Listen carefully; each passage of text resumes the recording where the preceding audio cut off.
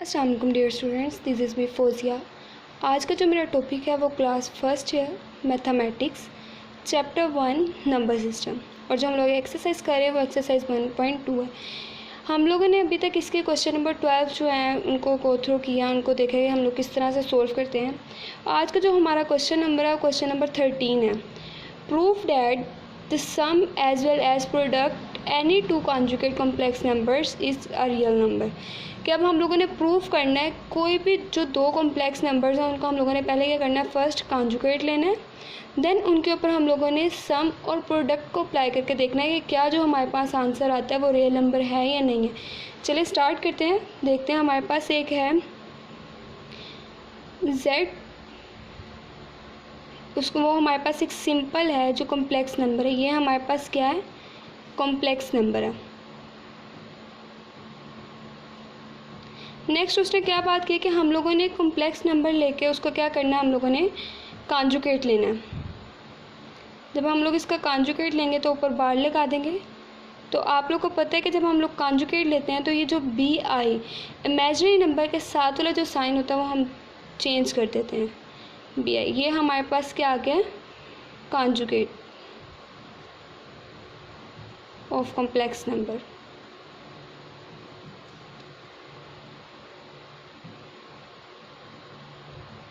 Next उसने क्या कहा है कि हमारे पास जो है ये कॉन्जुगेट आएगा of any two conjugate complex numbers. उसको हम लोगों ने क्या करना है, सम और प्रोडक्ट निकालना है। फर्स्ट हम लोग देख लेते हैं सम के ज़रिए, देन उसके बाद हम लोग उसको प्रोडक्ट को डिस्कस करेंगे।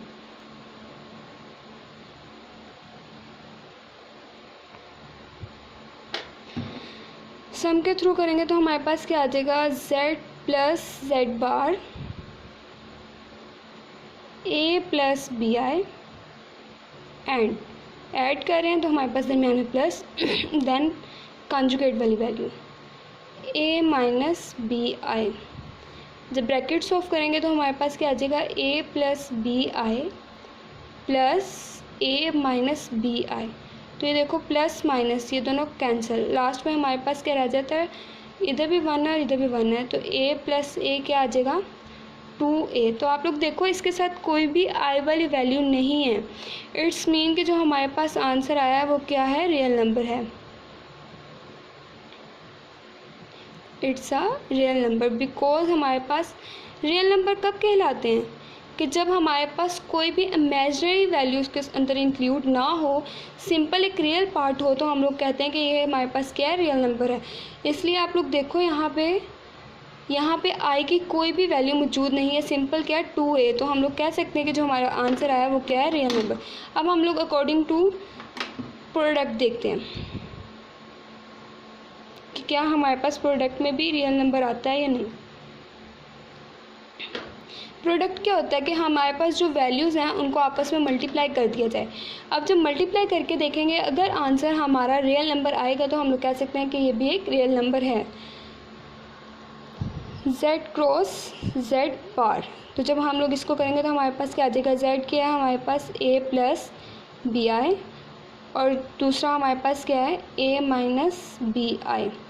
आप लोग देखो, आप लोगों ने फॉर्मूला पढ़ा होगा a square minus B square किसके इक्वल होता है, a plus B into a minus B. तो सेम ये चीज़ नहीं बन रही, a plus B I a minus B I. तो इसको हम लोग किस तरह लिख सकते हैं, a square minus B I का स्क्वायर।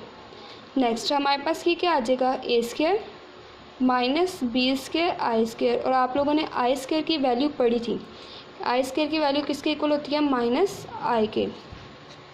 जब हम लोग यहाँ पे माइनस आई की वैल्यू पुट करेंगे तो क्या आ जाएगा, a square minus B square into minus I, तो माइनस 1। तो -1 हमारे पास इससे मल्टीप्लाई होगा तो क्या आ जाएगा, a square plus B square minus minus plus. तो यहाँ पे आप देखो अब इसमें भी हमारे पास कोई भी इमेजिनरी पार्ट मौजूद नहीं है। इसका मतलब है जो हमारे पास आंसर आया वो भी क्या है, आल्सो रियल नंबर है। तो हम लोगों ने प्रूफ कर दिया है कि हमारे पास जो कॉम्प्लेक्स नंबर था उसका कॉन्जुगेट लिया, देन उसके हम लोगों ने प्रूफ किया कि जो सम और प्रोडक्ट लेंगे तो उससे क्या आएगा, रियल नंबर। हम लोगों ने फर्स्ट लिया कॉम्प्लेक्स नंबर, उसको कॉन्जुगेट में कन्वर्ट किया, देन उसके बाद हम लोगों ने सम और प्रोडक्ट के अकॉर्डिंग देखा क्या ये हमारे पास रियल नंबर आता है या नहीं। तो लो देख लें, आप लोग के सामने ही हमारे पास आ गया कि जब हम लोगों ने इसका सम लिया इन दोनों आपस में नंबर्स का, तो हमारे पास क्या आया कि आई वाली वैल्यू ख़त्म हो गई, सिंपल हमारे पास एक रियल पार्ट रह गया जिसके अंदर इमेजिनरी की जो वैल्यू थी वो इंक्लूड नहीं थी, आई वाला कोई भी पार्ट मौजूद नहीं था। तो ये हमारे पास क्या रियल नंबर है। और नेक्स्ट हम लोगों ने देखा प्रोडक्ट के थ्रू कि जब हम लोगों ने कॉम्प्लेक्स और कॉन्जुगेट को आपस में मल्टीप्लाई किया तो हमारे पास क्या किस तरह आया कि ये हमारे पास एक फॉर्मूला बन गया। इसको जब हम लोगों ने क्लोज किया तो आई की वैल्यू आई स्क्वायर थी, आई स्क्वायर की वैल्यू हम लोग को पता है कि वो -1 होती है, उसमें हम लोगों ने पुट किया तो क्या आ गया, एक रियल नंबर आ गया। तो ये प्रूफ हो गया कि हमारे पास जो दो नंबर्स है आपस में हम लोगों ने उसको मल्टीप्लाई किया कॉम्प्लेक्स कॉन्जुगेट नंबर्स को, और उसके बाद इन दोनों का सम और प्रोडक्ट लिया तो रियल नंबर आया। अब चलते हैं हम लोग इस के जो पार्ट है नेक्स्ट क्वेश्चन नंबर 14 की तरफ। क्वेश्चन नंबर 14 की तरफ जाने से पहले मैं आपको याद दिलवाती जाऊँ कि हम लोगों ने जब प्रॉपर्टीज़ पढ़ी थी क्वेश्चन नंबर 2 के अंदर, तो हमारे पास ये था ना मल्टीप्लिकेटिव इन्वर्स। तो उसमें हम लोगों ने क्या किया था कि जब हमारे पास ऐसे पेयर प्रोडक्ट्स आ जाएँ पेयरिंग वाले, तो हम लोग क्या करेंगे कि पेयर आ गया एक, तो उसमें हमारे पास एक फॉर्मूला था a/a² + b² coma -b divided by a² + b²। तो ये हमारे पास किसके अंदर अप्लाई हो रहा था, मल्टीप्लिकेटिव इन्वर्स के अंदर। अब क्वेश्चन आप लोग देखो कि हमारे पास क्या था, find the multiplicative inverse of each of the following numbers. के अब हमारे पास जितने भी इसके पार्ट होंगे क्वेश्चन नंबर 14 के, उसमें हम लोगों ने क्या करना है, मल्टीप्लिकेटिव इन्वर्स को फाइंड करना है। तो मल्टीप्लिकेटिव इन्वर्स करने का सिर्फ और सिर्फ हमारे पास ये एक ही फॉर्मूला है जिसके अकॉर्डिंग हम लोग इसको सोल्व कर सकते हैं, ए और बी के अकॉर्डिंग। तो आप लोग देखो ये जो हमारे पास फर्स्ट नंबर होता है वो हमारे पास ए होता है और सेकंड नंबर हमारे पास बी होता है। तो चले स्टार्ट करते हैं अकॉर्डिंग टू फॉर्मूला कि हमारे पास क्या आ जाएगा,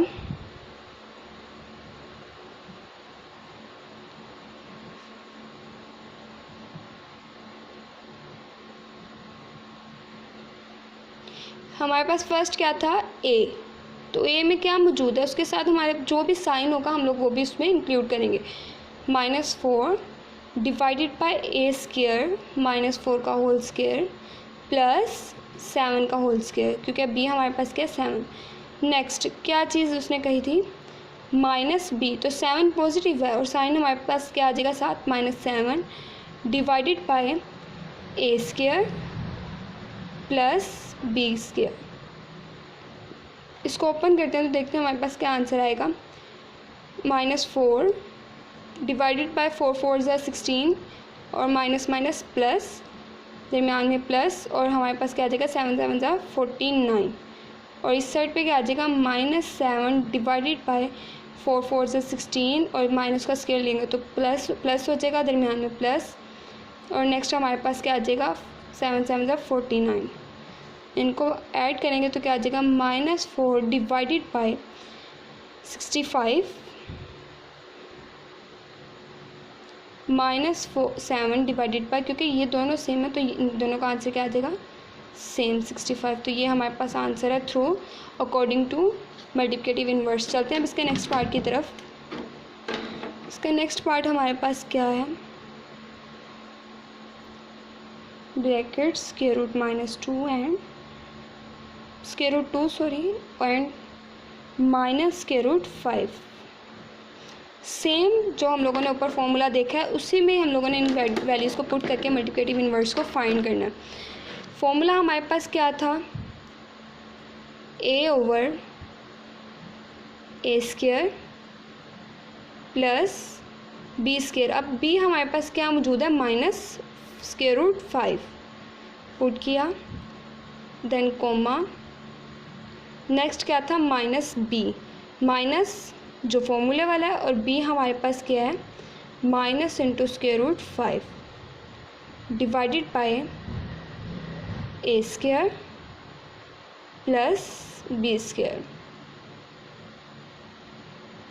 जब इनको ओपन करेंगे तो ऊपर हमारे पास क्या रहेगा √2 और नीचे क्या आ जाएगा हमारे पास, ये स्क्वायर रूट से कैंसिल 2, सॉरी इसका भी स्क्वायर था, स्क्वायर रूट से कैंसिल, और जो इसका था वो माइनस माइनस प्लस होगा तो 2 + 5 कोमा ये minus minus plus square root 5 divided by square root से कैंसिल इसका पॉजिटिव हो जाएगा तो 2 + 5। तो आंसर हमारे पास क्या आ जाएगा स्क्वायर रूट 2 डिवाइडेड बाय 7 और यहाँ पे भी square root 5 divided by 7 according to multiplicative inverse. तो ये हमारे पास इसका आंसर है। नेक्स्ट इसका पार्ट देखते हैं किस तरह सोल्व करें। इसका जो नेक्स्ट पार्ट है, लास्ट पार्ट है इस क्वेश्चन का, वो क्या है 1 और 0। ए हमारे पास क्या है 1 और बी क्या है हमारे पास 0।